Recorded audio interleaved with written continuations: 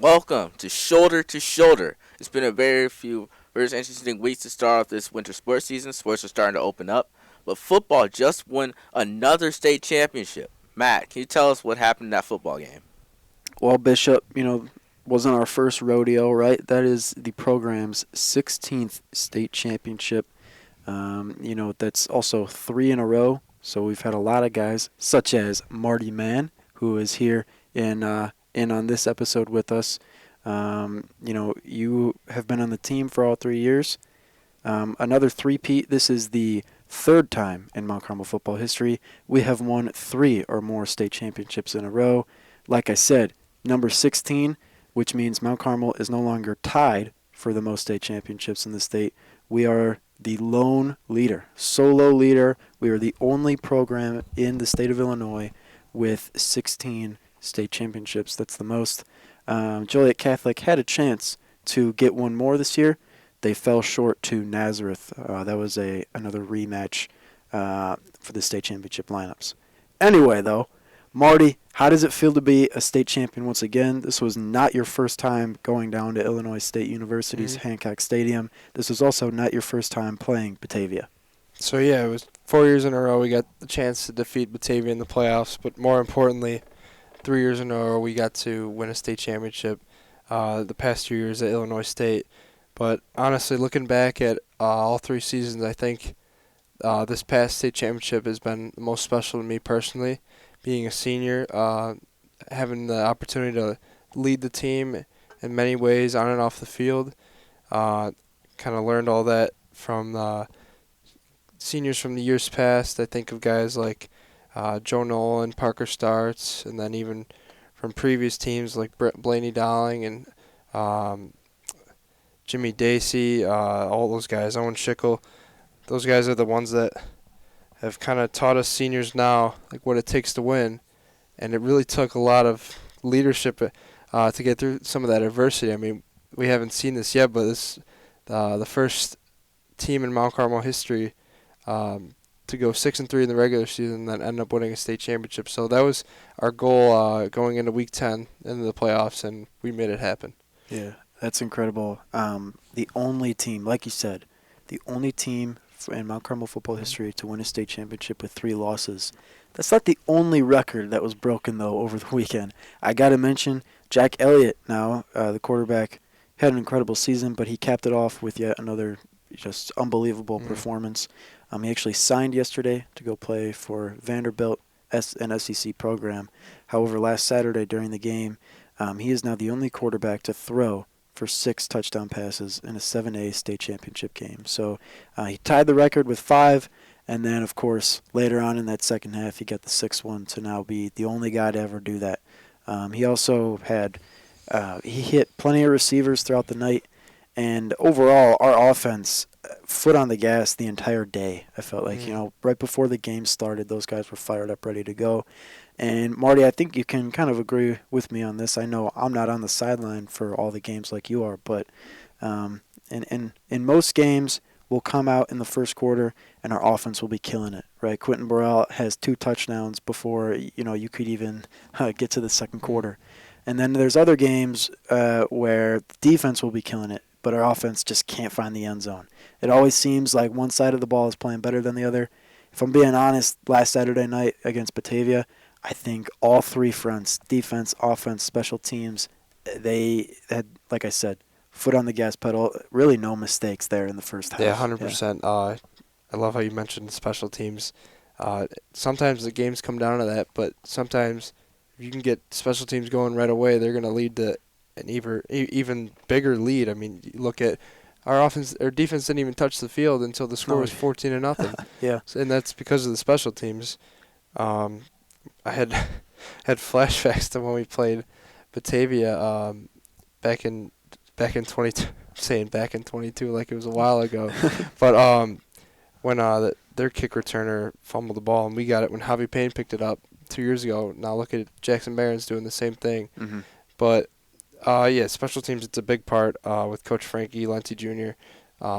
He's our special teams coordinator. I've never seen special teams taken more seriously at any football program possible, but it's just things like that that have helped us attain that 16 state championship. So I'll tell you what, Marty.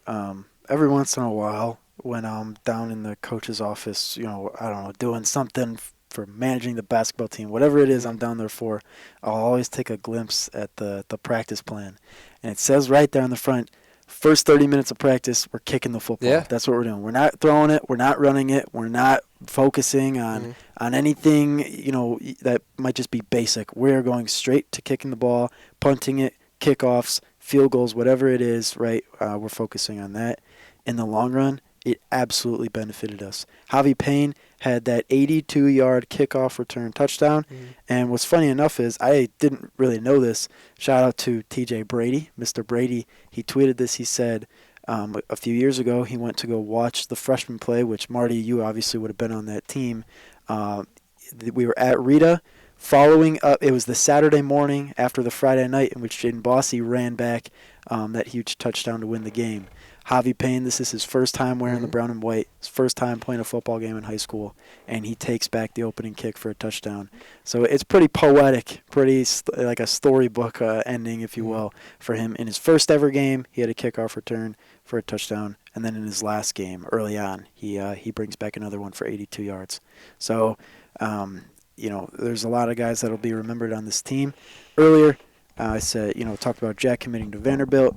And right alongside him at that signing day table was Javi. He's going to go play Eastern Illinois, which there's already a few guys out there. Rafiq Kadambusi, he's kind of a fan favorite. No longer here because he's already out playing for the Panthers, and Javi Payne will be soon. So, yeah. Dylan Conway's out there, too. Blaney Dowling, former quarterback here at Mount Carmel. From what I'm hearing, he's working his way up on that depth chart. I feel like I did hear he's got that backup spot right now, and he's only a sophomore right now.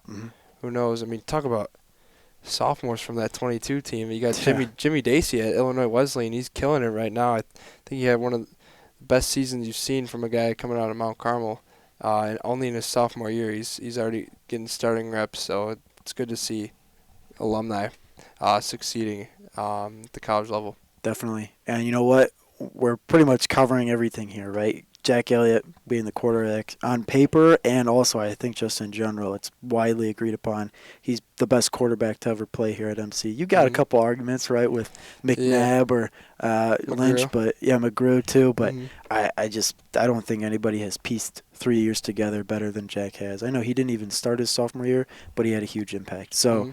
Looking back on it, we could talk about that for forever. Our running backs played great this year. DT, Daniel Taylor, the captain, and then junior running back Madden Wilson, who he's going to be a dog next year. I can already tell. Receivers, though. Our O-line was great. Had a couple of shakeups at the start of the season. Some guys had to step up, but after a while, we figured it out.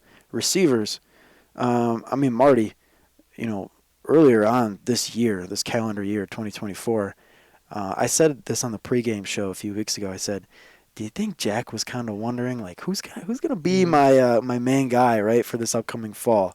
Well, I think two guys absolutely took that spot. It was Quentin Burrell, who, as a sophomore, just, stats-wise, blew us out of the water. But he's an unbelievable player, and he has 2 years left in high school. The kid looked like a senior out there, the way he played, very confident, rarely dropped a pass, He was always out there. And then Cooper Lehman, transferred in from Neuqua Valley, but he will be remembered as a Caravan wide receiver. 100%. Yeah. And then can't forget Marshawn Thornton, the freshman, who got called up for Week 6 against Brother Rice.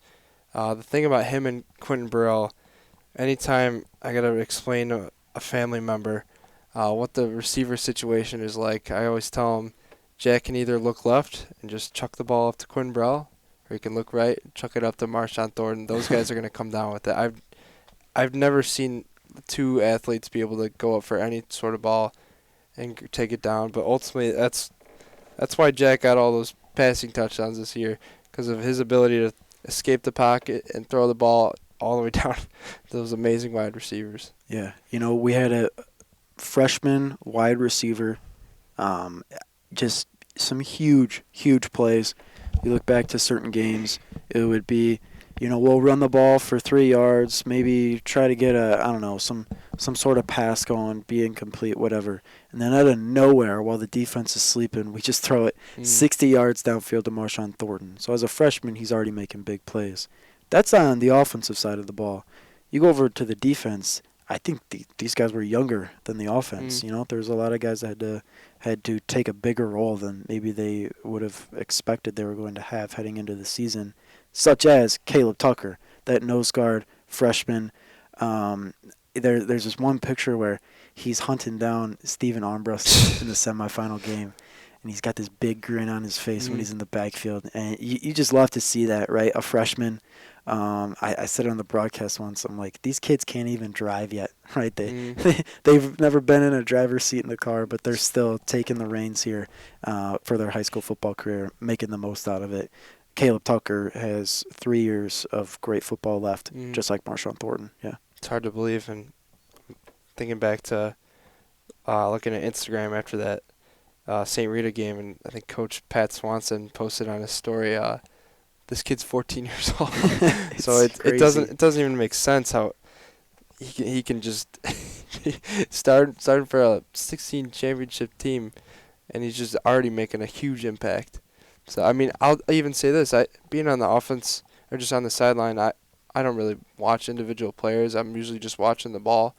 But I got the chance to finally watch that state championship broadcast, and boy, when I saw Caleb Tucker running right through that poor Batavia center, I just realized, we're going to look pretty good on the defensive line for the next 3 years. Absolutely. And, our secondary is young too. Tavares Duty Harrington stepped up as a sophomore, just like Quentin Burrell. Kind of some parallels there of these sophomores just out of nowhere really taking a hold. Freshman too, like we mentioned. So a lot of young guys. Jackson Barons, our good friend, getting out there, getting some reps. Had a few interceptions early on in the year, and he just continued that success all the way to ISU. We could go on and on about names and everything, but, I know the final score, but we led up some points to Batavia, those 2 late touchdowns. But honestly, I think that was just, the most, maybe not the best football game we've played, but it was the best game we've played. Just that feeling we had of, right, going down, you had that long bus ride. Everybody, you're in a good mood, but at the same time, you still got kickoff. You still got a game to play. For us to come out in that cold weather and just prove why we should have that three-peat, it was incredible. There was no question, no concern after the first quarter. I tweeted, I was on Twitter during the game for the Caravan football account, and I think at one point I just tweeted, it's a shootout at Hancock Stadium because you could take that entire first quarter, all the points that were scored, all the action that happened, special teams and defense, you could have strung that out throughout an entire game. Yeah. So very action-packed. Talk about action-packed, Marty. We're moving up in classes, man. We're going from 7A to 8A. IHSA classification rules and all that. The more you read it, the more boring it is, right? Yeah. We're moving up in classes, though. That at the end of the day, that's what's happening. Which means that teams like Loyola, who we have played in the last week of the regular season very consistently now for the past couple of years, we now have a chance to meet them in a win-or-go-home situation. Every time we play the Ramblers, a team can lose, but they can still bounce back and go win their respective state championship. Now, as far as next year and the year after that goes, that's not going to happen. Whoever, if we do meet each other in the playoffs, it's not so much just a little rivalry anymore. That is like top tier football at that point. Yeah, so both squads, along with Nazareth, I kind of came full circle in the past 3 years, but all 3 teams, including us, we completed the three-peat this past season. Right. It's kind of hard to believe, but now that we're going to be able to step up into 8A, it's all just an opportunity to prove ourselves against, one may argue, some tougher squads. I know Loyola's a very, very good team, but that's all it is. It's just an opportunity to get better. And I know these guys from last year, talking about Braden Jones, Quentin Burrell, Tavares Harrington, these guys are going to be ready. Yeah, they got to be no matter what, because the more you look at these 8A teams, the more it's like, here we go, right? This is it. Three-peat in 7A, the guys are going to go hunt. If they're able to to string a great season together and win the state championship next year and a higher class, that would be the second Grand Slam in Mount Carmel history. We had one back late 80s, early 90s, kind of that switch of the decade. So obviously our sights right now, though, are just focused on getting in the weight room with Coach Joe for all these younger guys. Marty, it's pretty funny. It's just that mindset you got to have. When we came back from ISU, and the team goes in the alumni gym after every game, and Coach Joe gets up, and he's saying congrats and everything, and you just kind of get this feeling of those guys are like, I'll see you in 2 weeks, it just never stops. The grind never stops. You got to take every day as it comes. But that's always my favorite, though. The past 3 years, Coach Joe, he always says, he's like, go rest up because we're getting back to work real soon. So this is the off season. These next 2, maybe not even 2 weeks, this is the off season for the football guys because real soon they're going to be going back at it. As far as teams that are in season, though, Bishop, what have we got next? Well, next is basketball. Basketball's already started for all our teams, our freshmen, our sophomore, and our varsity. They've already been through a few games. All have pretty good records. But Marty, you got basketball analysis and stuff. Tell us about what you think about this basketball season. So yeah, this basketball squad, can't forget, made it all the way down to the state championship. Tough loss against DePaul Prep, but it's kind of this year's just another opportunity. Yes, the big news is that Angelo Shervino obviously graduated. He's at Northwestern. Kind of cool now, getting to see him playing at the Division I level with the purple and white on. But it's also an opportunity for guys like Grant Best, Cam Thomas, Dylan Fulbright, and even junior Noah Mister. These guys to step up. They deserve it. They were crucial parts of that last year's state championship team. They're already starting to roll, but it's just their opportunity to take that CCL and really just get back down to Illinois, get back at that state championship. I think it's possible. Yeah, I do too. And what you were saying about Angelo, the same goes with Darion Dupree, who we didn't mention earlier, but we definitely should have. Playing at Wisconsin now for the Badgers, I know this season for them a little rough in the month of November. However, seeing Dupree score a touchdown earlier on in the season was incredible, and then seeing Angelo come out, get a ton of minutes playing against Dayton. That's just incredible to see our guys play at the next level. We mentioned Eastern Illinois, where a bunch of our guys are. Besides that, though, now is the time where Coach Seagroves really has to take a hold of his team and say, just because we lost these seniors doesn't mean we can't make it back down there to U of I. It's going to be a battle. It's going to be a struggle. Looking at some teams we have to face up against in the regular season, you know what? I think there's obviously a very high chance that we lose to one of these very, very well-established CCL teams.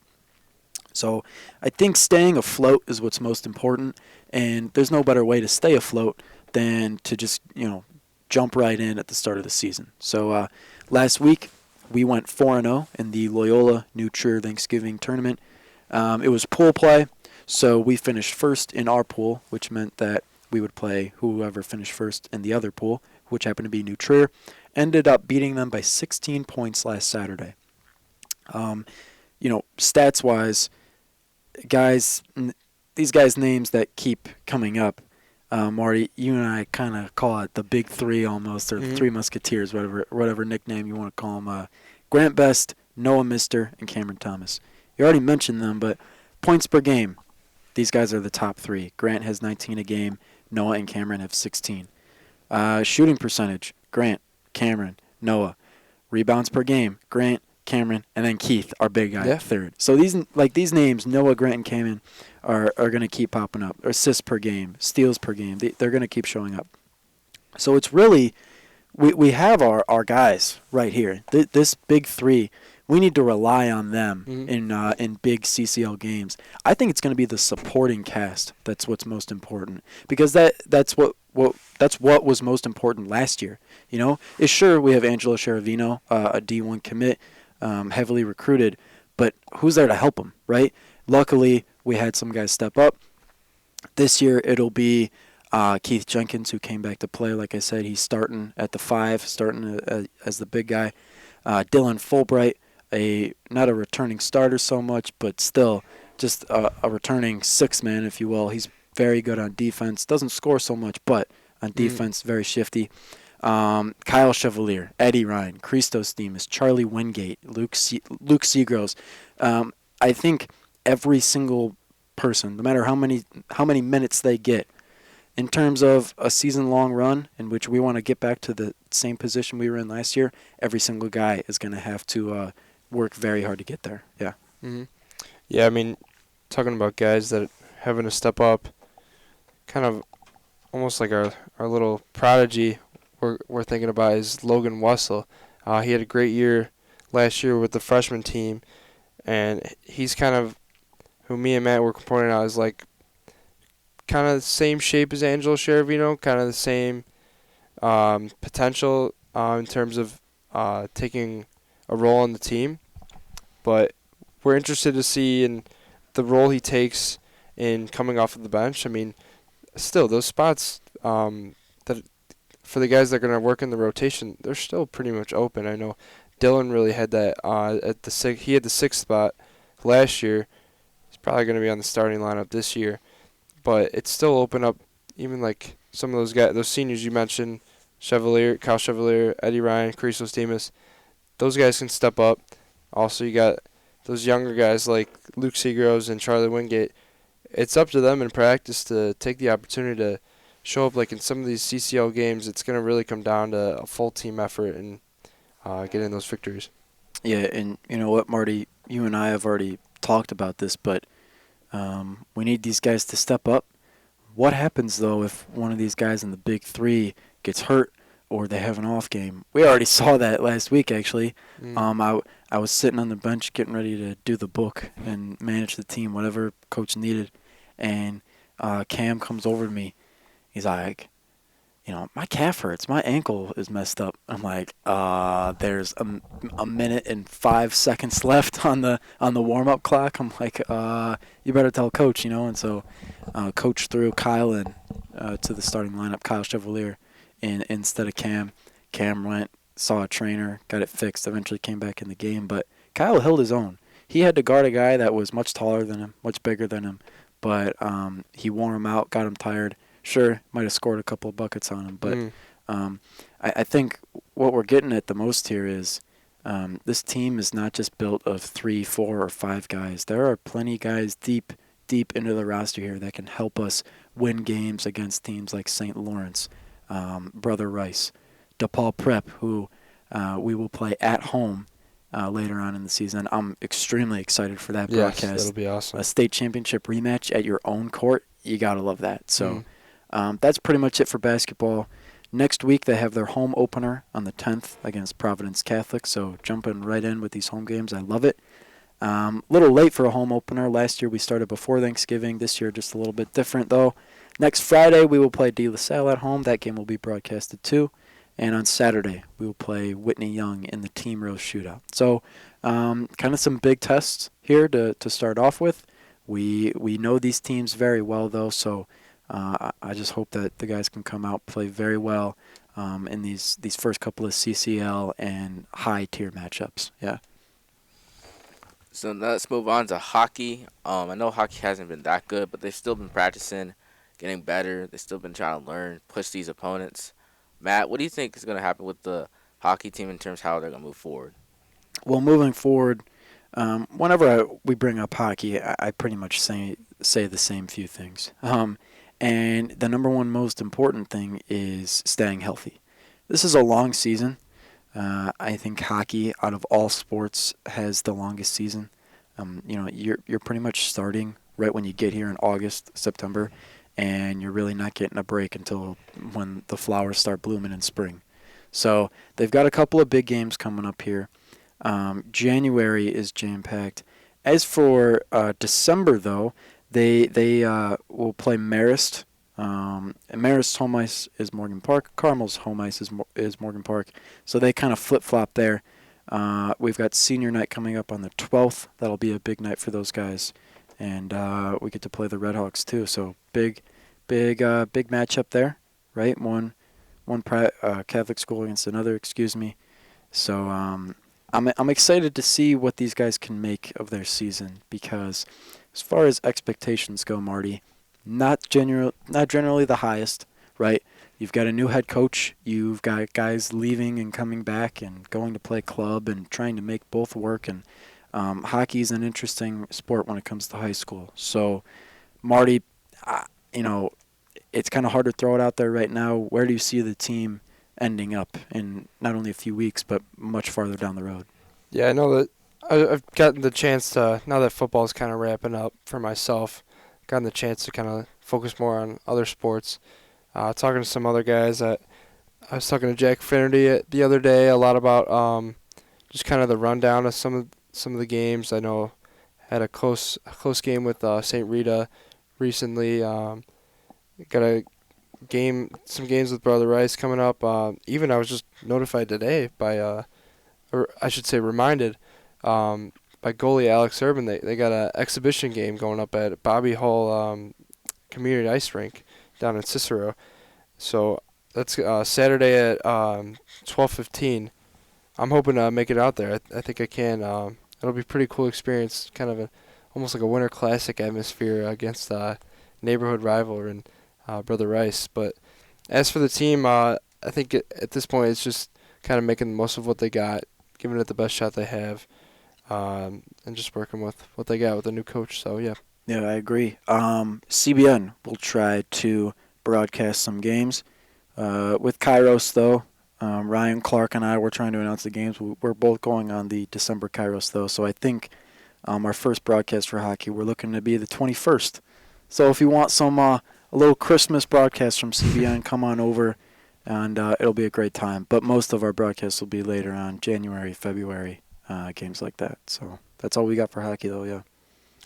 So let's move on to wrestling. Wrestling's been pretty interesting. People are pretty hyped up to commit to doing that. They've already played their first few games. Matt, what do you think is going to happen in these next few tournaments with wrestling? Well, wrestling is unique in the fact that they don't start off their season with these kind of cupcake opponents, if you want to say that. They go straight for the top dogs. They go to these national tournaments, which last week they played at Manuka. A lot of guys, did very well. They went undefeated, 3-0, things like that. Now, though, this upcoming weekend, guys actually just got called out of school earlier today to go to both Ohio and Iowa for the Ironman Invitational and the Dan Gable Donnybrook tournament. Donnybrook is not only known in the Midwest, it's known nationally. This is a very big tournament. If you win here, you're going to be recognized. The media is going to kind of hype you up a little bit because it's so early on for you to win there. We've seen guys like Seth Mendoza, who's committed to Mizzou right now in his senior season. We've seen him win a lot there. There's a lot of characters on this team, though, Marty. Who excites you the most? I think it's the seniors and Seth and Jay Acuna. These are the guys that have been up with varsity for all 4 years. They've really gotten a good feel for what it takes to be a leader on this team. I know, looking back at guys like Colin Kelly and Eddie Enright, those are guys that they were able to lean on. Even think way back to freshman year, you got Ryan Boersma, who is another Division I wrestler. But those are the guys that have worked their butt off. I mean, me and Matt just on the way up here to Miss Mackey's office, we ran by these wrestlers. They're some of the guys that are still back here. They're still rolling. So it's really a team effort for all those guys, and it's just going to come down to leaning against those seniors that have the experience and the knowledge and what it takes to get that victory. Absolutely, yeah. So obviously, wrestling, they're on the road a lot. They have one home head-to-head event against Marist High School. That'll be on January 10th, a Friday night at 6 o'clock. So a while from now, obviously in the alumni gym, we're going to do our best to get some coverage on that. That's down the road. The Redhawks, they've got an outstanding program. There's a lot of names that come to mind. We'll talk about that in the weeks to come, though, and see how this season shakes out. I mean, as much as football has a couple rings on their fingers, wrestling has that too. They Mhm. have that glory and that dominance about them. So they're trying to continue that tradition. Yeah. Next, let's talk about bowling. Bowling's a pretty fun sport for Mount Carmel. They like playing it. Marty, tell us about the bowling season. Yeah, I know the bowlers been doing pretty well. Don't know a whole lot about them, but I know they got those fancy polos. I get to see them wear, but I think of guys like Cole Shaughnessy and Angelo Correa. Those are some guys that have done a great job with leading the squad, and I mean, kind of doing their best for a club or sport that doesn't really get too much attention. Yeah, and whenever we play Rita or Rice or Marist, it's always a big event. We have one of those this Saturday. Saturday morning, December 7th, the Caravan will head to go play out the Mustangs at Rita's home lanes at Bolero Lanes.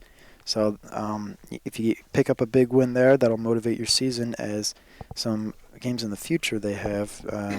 They've got the Brother Rice, they call it, the Final Fling. That's during Christmas break, and then the Catholic League Championship about halfway through January. So things are starting to pick up here. It's no longer the beginning of November where guys are just kind of getting used to the season. It's now the second month you're in this, so they're trying to pick up some W's. Yeah. Let's move on to swimming. Swimming just commenced. Very interesting sport.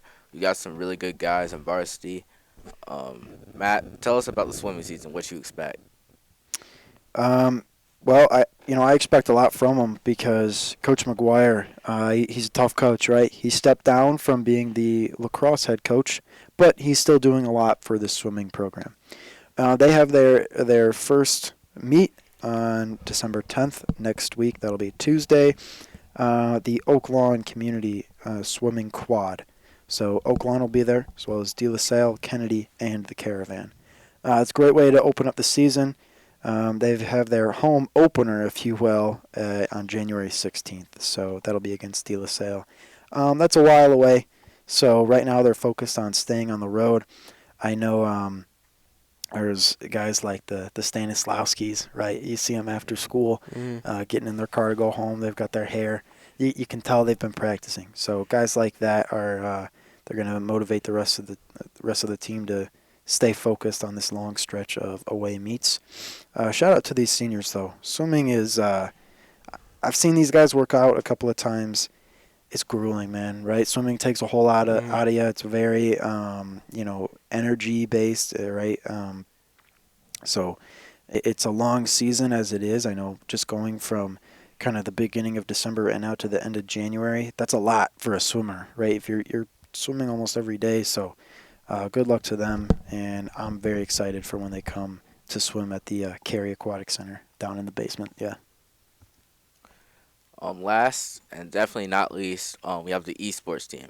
They just ended their season yesterday. It's really interesting season. I mean, these people have been bonding relationships, growing as a team, facing. They even got the second seed. It's been really interesting for esports. Matt, how do you feel about this esports team? What do you think about this talent moving forward? Moving forward, I think there's some big shoes to fill. Esports is a very overall and generally, it's a new sport. I know there's still some discussion about whether or not it's recognized by the IHSA. I believe it's on their website and everything. But the Caravan don't compete for IHSA state championships. They compete in a different league. Big discussion there. However, they're competitive, right? They unfortunately lost last night for their Rocket League team. They lost in the quarterfinals. It was Angel Tate, Connor Dukes, and Aiden McGovern. Aiden McGovern is very highly ranked, not only just kind of in the state or in the league they play, but I think overall as a Rocket League player, he's generally believed and understood to be mechanically sound, if you will, very good at the game. So their season was cut short. 2 years ago, they made it to the championship. Last year was cut short around this time as well. So now that McGovern and Dukes and Tate, they're on their way out, I think there's a whole lot of freshmen out there who are interested in video games to really get involved with esports. And, Mr. Schering, he's a great coach for these guys. He's not just one to turn the computer on and go back to his classroom and say, all right, have fun. He genuinely cares. Genuinely cares, excuse me. He's in there every day trying to help these guys set up their matches, help them perform at the best they can. They've got that new setup as well down in the basement, which is awesome for them. So I think their program is only bound to grow in the future. Well, that concludes Shoulder to Shoulder. Thanks for watching, and we'll catch you next time.